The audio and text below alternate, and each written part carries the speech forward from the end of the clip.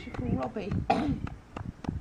I'm making this little clip this afternoon of Robson because he's leaving tomorrow, and we're all quite upset because we love him very much, and he's come such a long way in the time that he's been here, and he is such a gentle, lovely soul.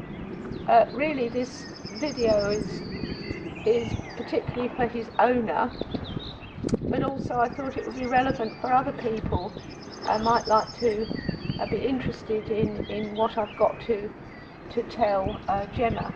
So Gemma, you've got a most wonderful horse, a very gentle soul, a very long-suffering, patient soul, and you and I both know that he's been through a lot in his life, and he's very lucky to have found you. But what I would really like to put over to you is that Robson actually doesn't need a leader. He's probably one of the few horses around that he's beyond that. And the thing about leadership for Robson, he has a problem with authority, and anything that he perceives as very slightly dominant or authoritarian brings up trust issues for him.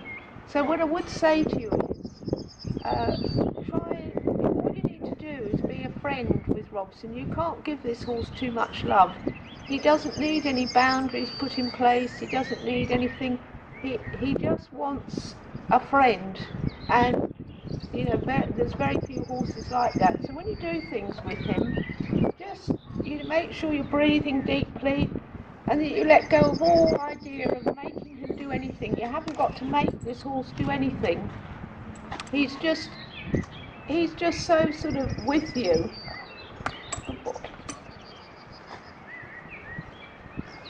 So when you do things with him, just take your time and just be very gentle and slow with him.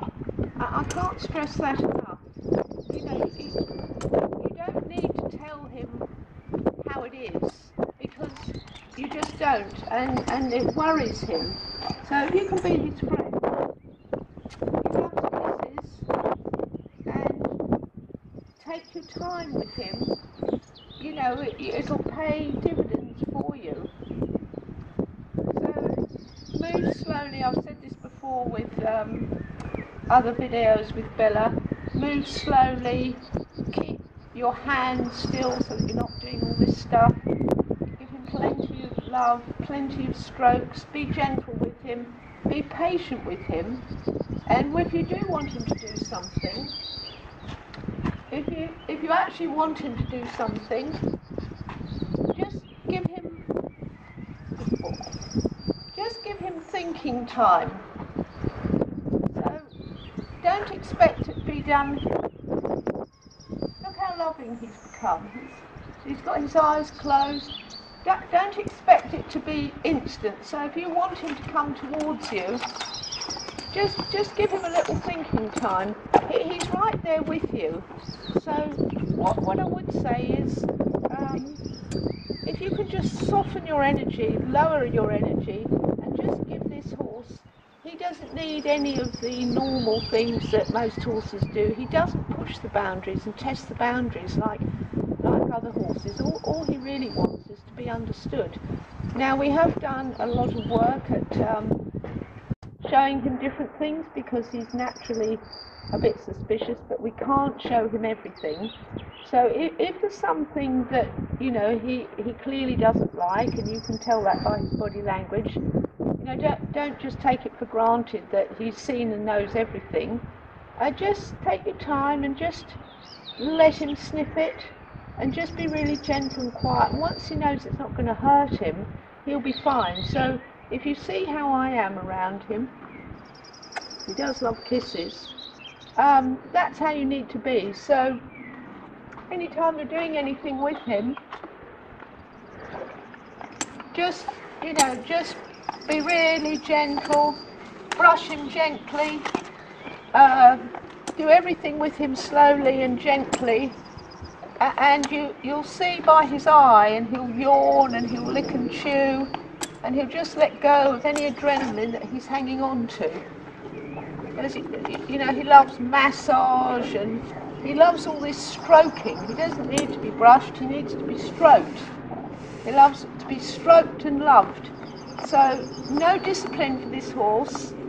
I'm talking about the ground now. Obviously when you ride he has to do what he needs to do, but no discipline for this horse on the ground. He absolutely doesn't need it. And if he's not responding straight away, it doesn't matter. Just give him a little chance to work it out. And I'll just give a small example now. So you want to move his quarters over a little bit. Well, it's best just to sort of say, so he knows what something's coming. So a little jiggle here, just a very gentle jiggle, and then just a little push there, and he'll work it out. There we go, you see. So he's just there with you in a way that, you know, is such a blessing for you. So, you know, all I can say and stress again is don't be too authoritative with him. In fact, don't be authoritative at all. And he is a real friend and partner, and I know you're going to have some wonderful happy days together. But just really be gentle and loving with this horse in a way that most horses you can't, because they take advantage. But this, he won't. I can promise you that. He really won't. So now, good boy. Of course, with us, you know, there's a huge amount of trust being built up, and you know, he's very happy here, but I know he's going to be happy with you too. And so now I wanted to just do one little thing with the hands when you ride. This is such a long stirrup, huh? Just tighten the girth so the saddle doesn't come round, because I haven't got much spring at the end of the day. So I'm just going to hop on now. I'm not even going to gather up the reins. Now, when you're riding Robson, it's best not to have like a dead pull. So if you need to use the reins, it's better to just have a little bit of gentle movement. But really what I wanted to say, so if the camera could just come in now to my hands. I want you to see my hands. If you can keep your hands down either side of the wither, and if you can let your little finger just rest on the wither like this, so that when you're riding, if your hand comes up, your little finger will no longer be on the wither.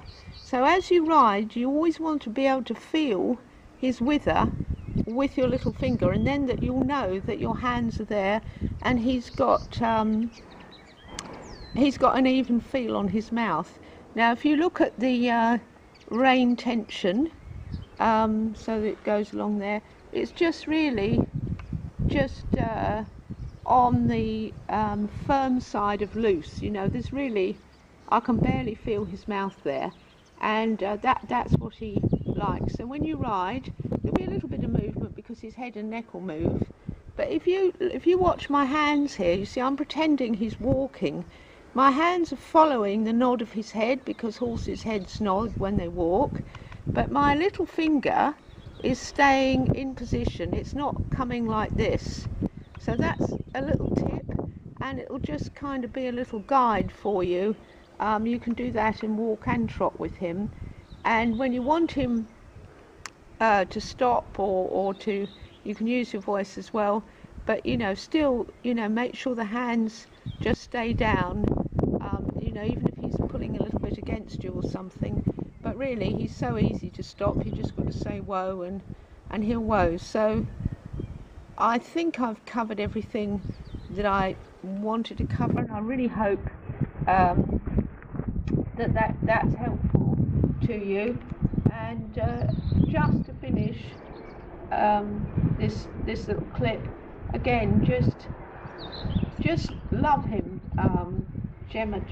Just love him. Don't ever sort of like feel you need to be the boss. You don't need to be the boss with this horse, and I don't think I've ever really had to say that about a horse, but he's gone through so much in his life. He knows you're the boss. You haven't got to prove anything to him, all you have to do is be gentle. And so, Gemma, from all of us at MSC, thank you so much for allowing us to have the privilege of working with Robson.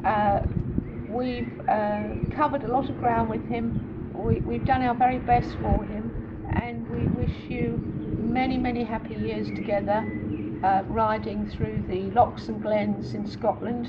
And obviously, please keep in touch. And tomorrow's his big day, so now we're going to put him out in the field for tonight, and he can have a jolly good relax before tomorrow. There.